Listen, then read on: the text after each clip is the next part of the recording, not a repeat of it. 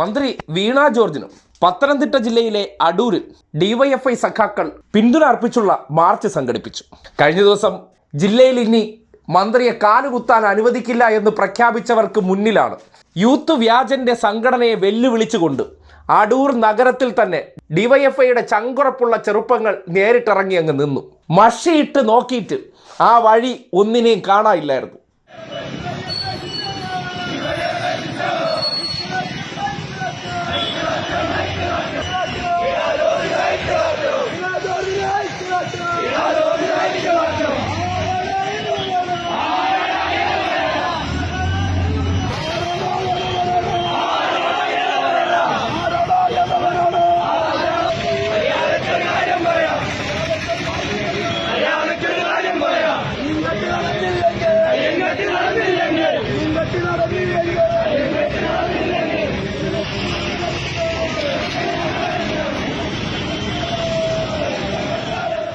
വെല്ലുവിളിച്ചാൽ പിന്നെ പിന്നോട്ടില്ലെന്നാണ്. കാണിക്കുമെന്ന് പറഞ്ഞാൽ കാണിക്കും. യൂത്ത് വ്യാജനെ പോലെ റീൽസിലൂടെ കാണിക്കുമെന്നല്ല, അത് ഗ്രൗണ്ടിൽ തന്നെ കാണിക്കുമെന്നുള്ളതിൻ്റെ തെളിവാണ് ഡിവൈഎഫ്ഐ സഖാക്കൾ നേരിട്ടുള്ള വെല്ലുവിളി തെരുവിൽ തന്നെ നടത്തിയത്. ഇന്നലെ പഴകുളം മധുവിൻ്റെ ഓട്ടം നമ്മൾ കണ്ടതാണ്.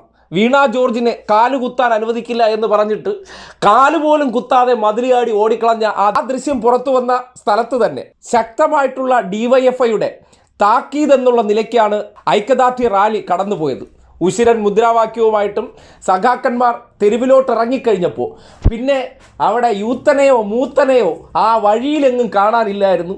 എല്ലാം പലായനം ചെയ്ത അവസ്ഥയെന്നാണ് അവിടെ നിന്ന് അറിയാൻ കഴിഞ്ഞത്. എന്തായാലും വെല്ലുവിളിക്കുമ്പോൾ തനിക്ക് പോന്നവനോട് വേണം വെല്ലുവിളിക്കാൻ.